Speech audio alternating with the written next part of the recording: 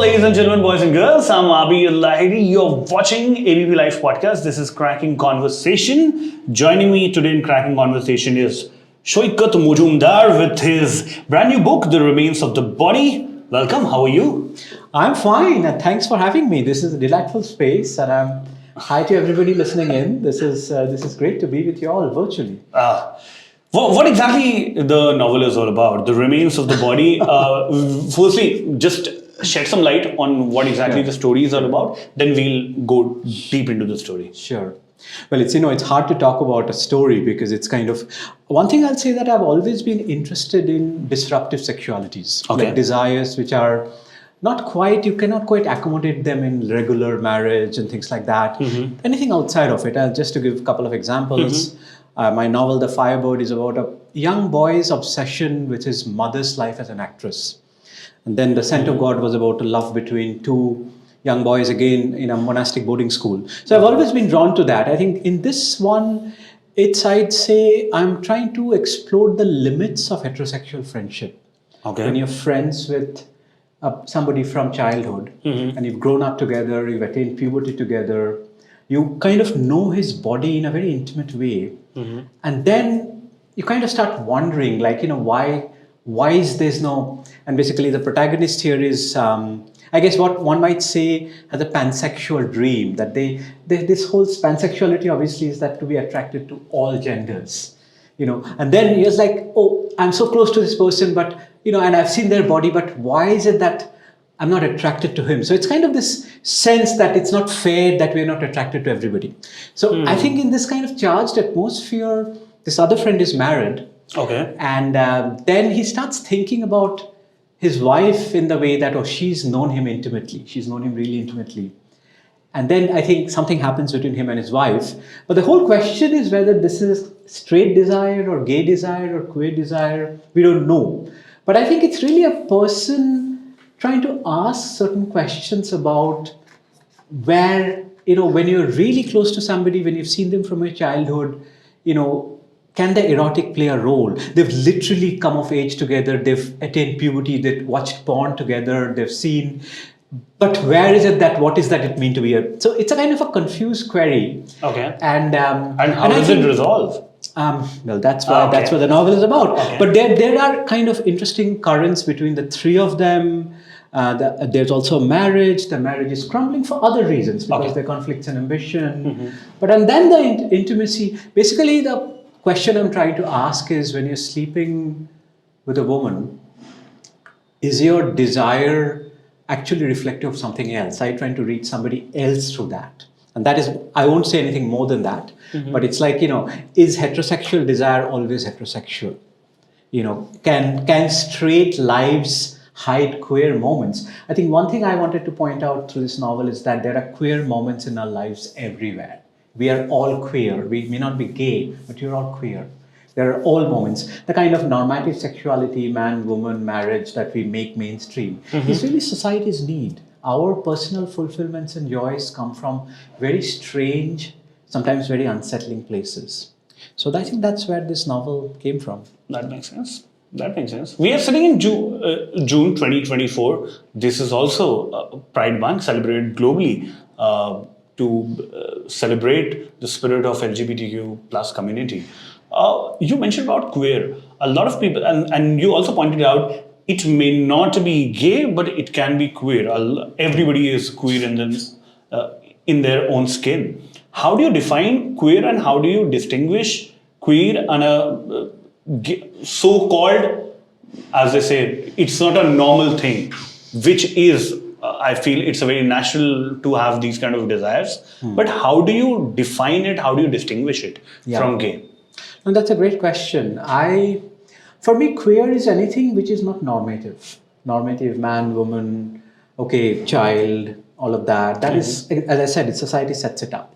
There are many other kinds of desires which cannot be explained through this. For instance, obviously, there's a lot about male bonding, and there's a strong homosocial element. I think there's a lot of people written about, say, Hindi movie, films. I mean, I was thinking of Hosang Martin's work on Sholay, Amitabh Bachchan and Dharmendra, and his argument is that the bonding that is there between them is almost erotic. Now, what is erotic? The erotic is different from sexual, and I think this is also very cultural. Like I lived in the West for many years, and there men don't like to touch each other because there's a very strong awareness of homosexuality. People are like, oh, I'm going to be thought of as gay. But in India, men touch each other all the time. They put their arms around each other, they hug.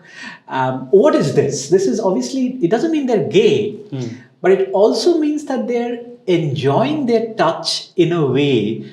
Intimacy is very important. And so there are, and of course the same with women, it's like, women have same kind of, and I think and it's not just that, I'm thinking of many other spaces, like I teach, I think teaching can also be a very powerful erotic connection. That doesn't have to be sexual, but this profound connection between, and Plato has talked about this, a lot of people have talked about this. I think there are erotic connections in workplaces when you're really connecting with something. It's kind of, I'm defining erotic in a kind of Freudian sense. It's not about sex. So I think, but any kind of, that whole thing about child and mother, like this novel I wrote, Firebird, this child is watching his mother kiss another man on stage, and he's like, what is my mother doing? Is she really my mother? Why is she leading this life? And then this whole idea that actresses, what they should be doing, if they're playing a certain kind of a role, there's a certain morality, and I think there are all kinds of desires floating around, especially in India, which is a very repressed society. I think in the West, people have this very clearly defined spaces. You go to a bar, you hit on somebody, you go, you take them home, you come back. Here, it's famous, Bengali novels are famous for this kind of, the brother-in-law and all those sister-in-law relationships. And there, Rabindranath was known to have very intense relationship. So I think our entire life is full of all kinds of relationships that are hard to define with our teachers, with our employees, with our cousins. Who doesn't remember a moment of unexpected intimacy with a cousin growing up? There are these moments. They may not lead to anything. They may just stay there. And yet our entire being is made up of all these different kinds of desires, which I call queer. Okay. And when you say you're gay for me is that somebody who identifies that I love a same-sex person. Okay. But there's so many other kinds of desires which cannot be called either straight or gay, and they spill. And I think we are all queer. It's a question of whether we want to admit it or not. That makes sense. What kind of literature, when you're a scholar, you teach students English literature, right? Yes. Correct me. Yes. Correct me if I'm wrong in any particular way. What kind of literature do we see? Like what kind of queer literature are we seeing, and what have been the work done in the past? Right. Are we evolving? Are we changing the narrative? Are we moving into a more progressive society? That's a very interesting question. See, literature, I don't think is responsible for making society a better place. Okay. It can. Literature can be a place of great irresponsibility also. Like some of the classic novels I've taught and have used is Lolita, Nabokov's novel, and it's really about a relationship between a man in his early 50s and a 13-year-old girl. It's considered a classic. Think of all those 19th century novels which are about adultery. So much about adultery. So clearly you're not going to go to literature or film as how to live life. It can be quite dangerous. True. I think it makes you a more complex person, but it doesn't necessarily make you a better person. I think in the long run, if we, like for instance, what I'm hoping this novel will slowly do, not that you think of these things while you're writing, but if you come to terms with your queerness, if you feel liberated by a desire, we're going to be happier human beings. But it's hard to say. I think I'm very moved by, like if you think of, Lihav, that great Urdu short story about, or if you think of so much of vernacular literature is full of really interesting relationships. I just mentioned Tagore. English literature also, there's so many interesting writers writing in India right now. R. Raj Rao, the poet Hosang Marchant. There are all kinds of things, but I think desire is a very big move. So literature, fiction is about creating characters, right? And if you identify what they want, what they're driven by, I think, and then you let them out on the page. You're mystified by a question. You don't know what this character wants. You let them out. And then the character runs away from you. and they do their own thing. They ask their own questions. So I think that's really interesting, and I think it's a very interesting kind of a thing, because literature, it doesn't have to be always morally edifying. It can be, but it can also be like, I think there was this wonderful essay by this American critic called Lionel Trilling, and he's writing that in the 19th century, see, he's saying that marriage can never be the true place for romance. In the 19th century, people married for property, for political alliance. There was no place for romance in marriage. People always sought romance outside marriage. And that was a norm. Yeah, exactly. I mean, think of Tolstoy's Anna Karenina, think of Madame Bovary, all these novels, they're adultery. And then he's saying that in the 20th century, no one cares about adultery. Adultery has become so boring that even that is not exciting. His argument is that romance must always be dangerous. Unless there's an element of the forbidden or the dangerous, it's never romantic. Romance must be destructive. So then he's saying this very dangerous argument that now the place adultery was occupying is now occupied by pedophilia. It's like this, and Lolita is traversing this space that, look at this man in his 50s, he's longing for a 12-year-old. And it's an extremely dangerous argument to make, that you can see that, but if you read the novel, it's a classic novel, it's an amazing novel, and his voice, and things come to a lot of complicated things. But the whole point is that literature is always pushing towards the dangerous. Literature is always pushing towards the destructive. I mean, there are also literature that is connected to edifying things like freedom, when it's about freedom fight, anti-colonialism, there's a lot of literature which is productive. But literature of desire has never often been responsible. It has been quite irresponsible. And therefore, it takes, I mean, I always say that, art is life with a frame. You must remember there's a frame around life. Don't try to do, I mean, all these stories about people running away to become Bollywood stars, or when you kind of, there's a reason when you show women being aggressive to men, and then they kind of start Eve teasing. This comes out of mistake that you think art is life, but art is not life. The things that can happen, those warnings, close driver, do not attempt. So art is a bit like that. Whatever happens here, don't try it always. And there's a thin line. Okay, now what I wanted to ask is, literature is basically a mirror of the society. Whatever the society is thinking, yes, literature just depicts that.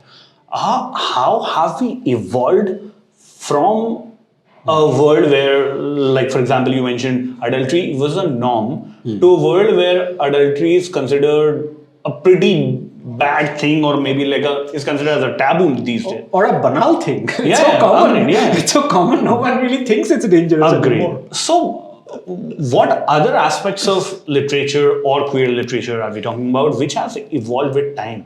What has become a normal now, which was actually so-called abnormal in the past? I see what he's saying. That's very interesting. Yes, absolutely. No, see, the thing is, in sociology, we were told the difference between what is the difference between culture and civilization. The civilization is all the material things, medical inventions, bridges, industry, all of that. And civilization only gets better with time. Now, culture doesn't always get better with time. I mean, all playwrights coming after Shakespeare are not better. But what is better and what is worse, or who knows that? Politically, the question is what are we becoming? Are we more democratic? Are we less sexist? Are we racially more tolerant? And that is a very difficult question. In some ways, yes, more people have voting rights, more people. But at the same time, look at the wars, look at the intolerance. So it's very hard. So to specifically answer your question, I'd say that the biggest thing I see in queer literature is not just relationship that are queer or gay, but say, for instance, relationship between different classes of people, right? So, for instance, this writer I mentioned, Raj Rao, he often talks about gay relationships between, say, a middle class, actually some of his characters are people working in the media, to somebody who's a working class driver. So how does sexuality bridge those things? It's sometimes the bigger difference is not gender. Sometimes the bigger difference is class. I've felt that as a writer, it's easier for me to write as a woman, but it's much more hard for me to write as a person from a different class. They're thinking, and I think queer literature now is very conscious of what it means to be queer, say in a village.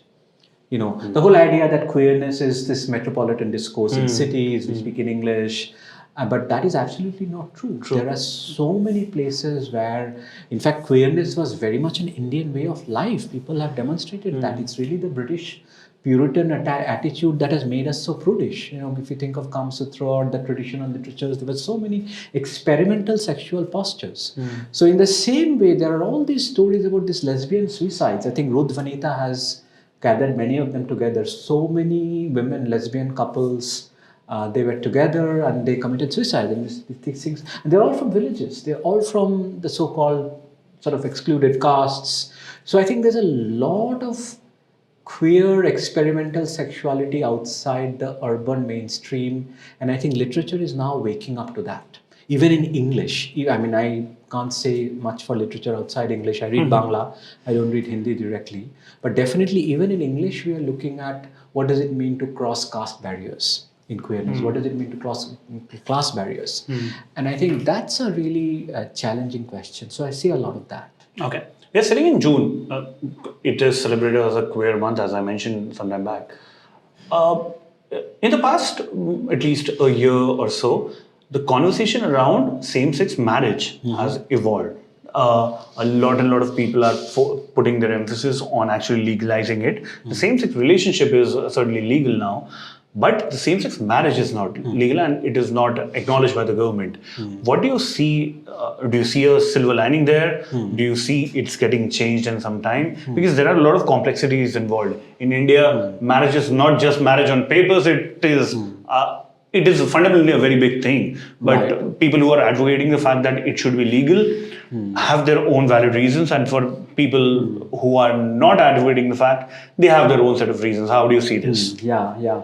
No, absolutely. I don't think the judgment was anti-gay or anything. Yes, it was not. It was what they said was this is not a matter of the judiciary. This is a matter of the legislation. Legislation should take it up. And I have had different kind of reactions. I know some friends from the community say that, it's a good thing. We shouldn't make the same mistake as straight people did. Look at what marriage has got them. We are free to have fun. It's much better. But at a more serious level, I think it's really about the symbolism of it. Okay, fine. You should be free to make the same mistakes. At least you should be free to have the same trouble. Exactly. I mean, the whole idea is that some people from the queer community believe in polyamory, right? I mean, just the way I'm talking about pansexuality in this book, polyamory is having multiple partners that you don't believe in having. And they are critical of marriage because they think of marriage as a capitalist institution. Because marriage really benefits society. You have children, you have property, you create labor, you're feeding the great system. It doesn't really lead to personal happiness. So some people say that, it's better if you don't. But the whole point is symbolic equality. Every community should have the same right. They should have the same right to pleasure. They should have the same right to same pain. So from that angle, definitely. No, not only that. If you ask me, for me, if I say a lot of conversations have revolved around the fact that, for example, there are two people who are in a same-sex relationship. They may not want to get married in future. They are fine with living in together. But the point is, after 20 years, they both don't have any kids. They have lost their parents. They are around 50, 40, 60 years of age and living together and living happily. You have acquired a property. He or she has acquired a property.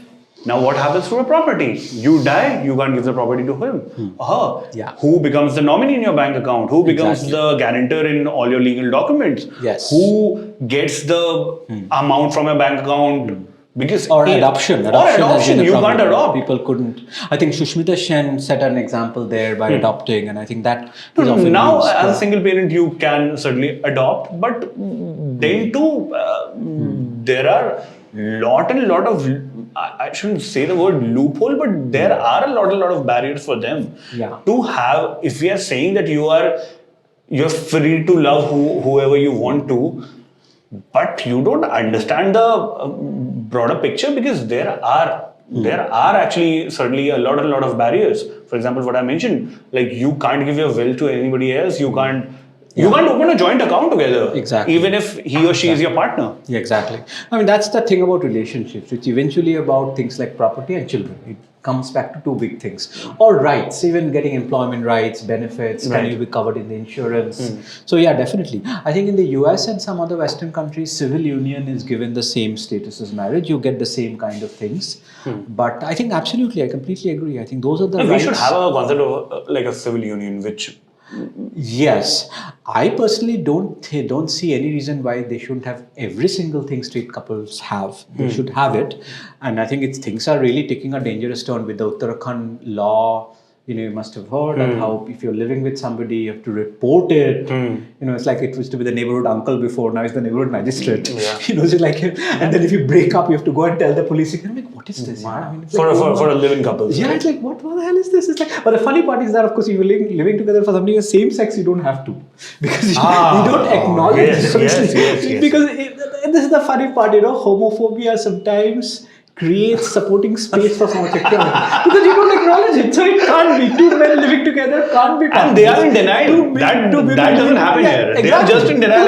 ये हमारे यहाँ नहीं So होता. yeah, it's easy. So you can get away from that. But I worry if these trends kind of spread nationwide. And I think it's not just any one party. All parties have. I think I think in Maharashtra there was a few years ago there was this whole rule about if you are not married you can't check into a hotel room together. I'm like, what is this rubbish? Why? Who are you adults? What are you doing behind? Now also a lot of rooms? people you step into a lot of people complain that you step into a hotel room, the police will come and put in raid. I mean that's just absurd. अपने पापा से बात करो, अपनी mummy से बात I mean, करो. I understand if places are running prostitution. Agreed. That's Yes, a different yes, thing. That's yes. a legitimate worry. But there must be other ways of, kind of finding that out. And it's not just that. Even in my novel, The Fireboy, I wrote about how in the communist government in Bengal in the 80s and 90s were monitoring actresses. Oh, this kind of plays, this where you have this kind of dances. Why are women coming home late? What are they doing? Why are they rehearsing with men? So all parties, I think, have tried to monitor morality, and that I think is dangerous. So we must be, and it's a kind of Indian society. I think whether you want, I think Indian society was an extremely fluid and open society in the past, but a lot has happened, and I think ironically, a lot of the conservative things actually come from British colonial rule. And do you see that change? Well, in India, opposites are true at the same time. You can say things are changing and you can say things are not changing. So every single thing is true. I think what is most interesting to me, I'd love to know more about it, how things are going on in the rural and non-metro places, because we still get to hear the conversations here. I think in Delhi here, in South Delhi or Gurgaon or Bombay, I think it's a pretty much queer-friendly space. In our universities, media, I think you can pretty much. But I think what's really interesting is people are actually being sexually quite adventurous and daring outside these spaces, and we're not hearing enough about it. Those stories are, I think, really interesting. So yeah, I think there will always be people who will say marriage is sacred and you can't do those things. And society should be given time. I don't believe in shocking people, and but I think It evolves with time. Kind of an education, kind of a slow. I mean, obviously, when I write like this, you kind of feel like even straight people have moments in their lives which are very queer. So these things are very. It's not about just kind of bullying them into doing something, but a slow change I think is happening. And the young generation definitely, I have kids 10 and 14, and for them queerness is almost the norm. For them it's fluid desire is very common. In fact, it's become the in thing. Sometimes you feel like they say that just to look cool. They are. But that's more harmful, right? Isn't that more dangerous? I think that's the nature of childhood and teenage. You whatever is fashionable, you will go for that. Whatever your pop icon is showing, but you get out of that phase too. It's a phase you stay, you get out of that. I mean, we deal with students who are 18 and all, and they've come out of it. They've been through that. So there are all kinds of things. I think it's okay. I have a lot of faith in people. They are resilient. Okay. So, what are the main challenges faced by the community? If you mind sharing some light on this, because in mainstream conversations you don't hear these kind of questions or these kind of conversations. It is just restricted to that 1 month where major brands will put a rainbow on their brand logo and they'll just say that we are inclusive, we are this, we are that. But do you see that if somebody accepts the fact that they belong to LGBTQ community, they are queer, and they are given equal opportunity, they are given equal rights, they are given dignity.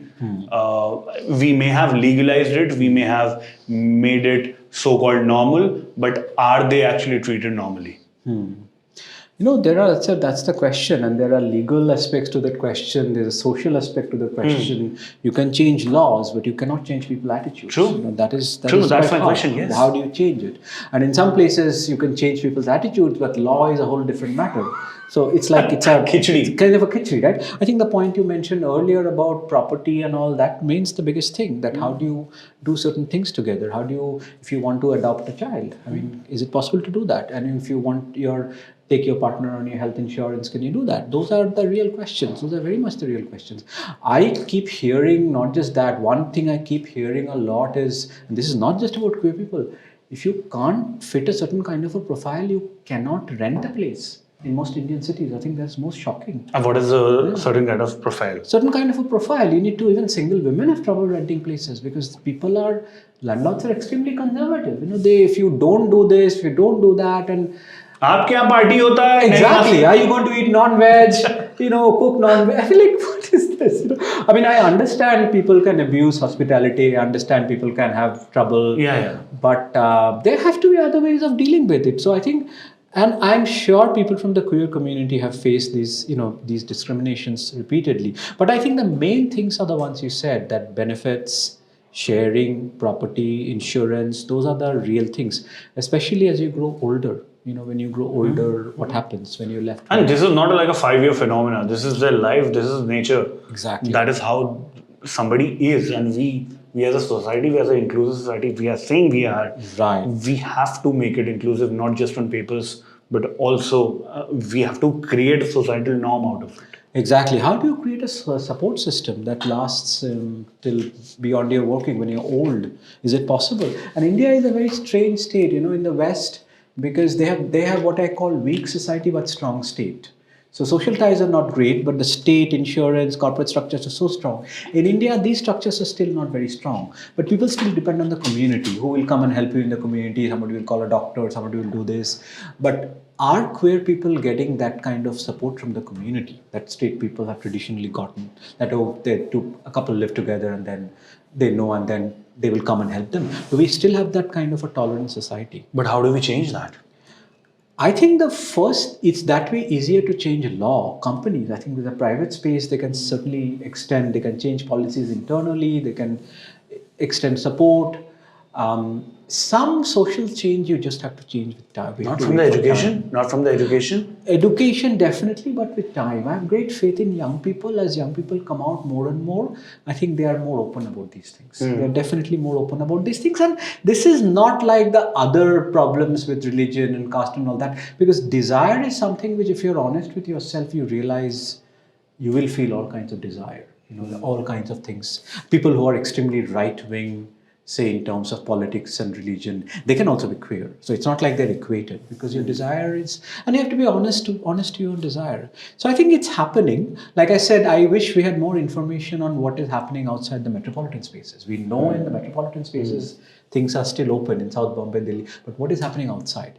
But I think we have to have the support structures. So we should get more research-driven literature or maybe books from that particular belt, from that particular region. Yes, then definitely. Only we'll be able to dig deep into the conversation. More journalism, more stories need to be covered, and of course at our universities, and more students come from those areas. We need to hear their stories. And there should be a particular representation of that particular community in maybe politics or maybe in public forums. Right. We Exactly. don't have like a flag bearer of the community, of the LGBTQ community, representing like their representation in Lok Sabha or Rajya Sabha. No. We should certainly have somebody from the community. Yes. Any particular party should actually give a ticket to somebody, right? Yes. From that or even community. with transgender people. Yeah. Someone like Manavi Bandyopadhyay, who became the first principal. Yes. She changed her gender from assigned gender. And there are people who are setting, and these are role models. You know, Yes. once you have powerful role models who can do those things, then people realize that it's possible to be that. Yeah. You know, one can, and even in a smaller way, like, you know, even if you're a man, you want to wear a skirt. You know, you may be perfectly straight. You know, it's fine. You can do that. You know, you like I like wearing jewelry. You know, I'm like, you know, there are all kinds of things that are small freedoms. It's not always just about the big things, but there's little things. What I wear, what I do. You know, those things are also important. And people should know it's okay. It should be a safe space. And I'm sure here you have a very safe space. But other workplaces waking up to that, government workplaces, that is the I question. guess it flows from the top, and everything. Rome was not built in a day. It will certainly take some time for people to evolve.